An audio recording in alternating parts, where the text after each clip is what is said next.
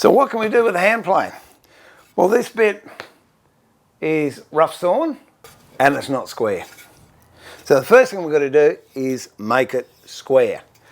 Now the most important thing, apart from having a sharp plane and a plane that's well set up, is understand about wood grain.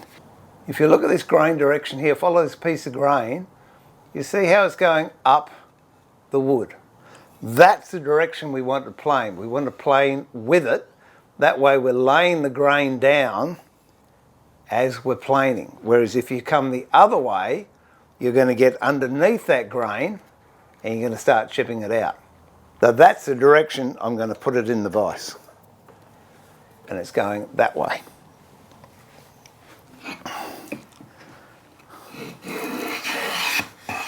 Did you hear it miss? That meant there was a dip in there. And that's the advantage of a longer plane. It's going to bridge any of the undulations in the timber that you're planing. When you get one continuous smooth cut, you know you got it flat. So we know that that's flat, but you don't know if it's square. So get a square out, hold it up. If this is a known flat surface, hold it against there. And then look up to the light. Okay, just a fraction high on this side, on the outside. And you'll find that once you start planing, you won't be planing square. You'll plane with to the right or to the left, and you're just going to have to make an adjustment. I'm left-handed, so I generally end up with a high right side. So it just means taking just a little bit off and making it nice and square. If you look up to the light, that's spot on. That's square all the way along. So now I'm going to mark this as my face side, and that is my square. So all the measurements I'm going to do from now on, I'm taking off of this side. So we'll grab a marking gauge, width that you want, and mark down that line. If you like, you can just drop a pencil in there and that'll help with the visual guide.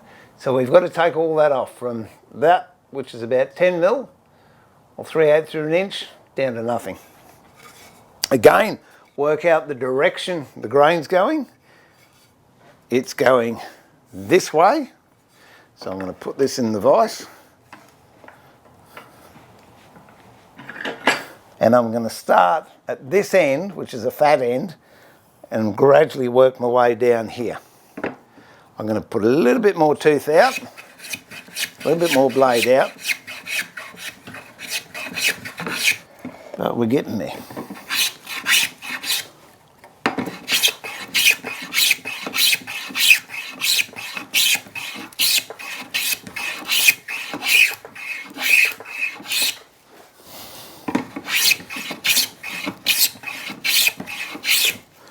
That didn't take very long.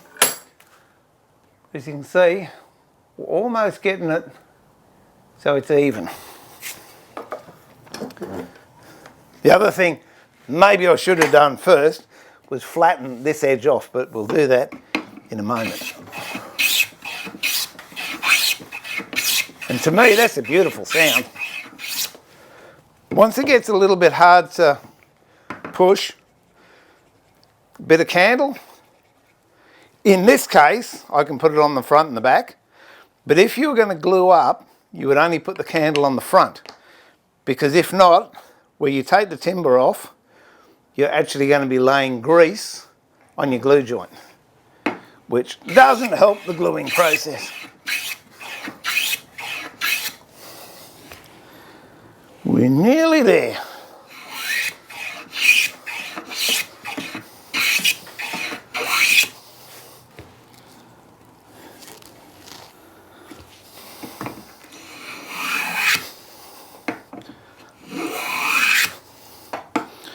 I reckon this one will do it.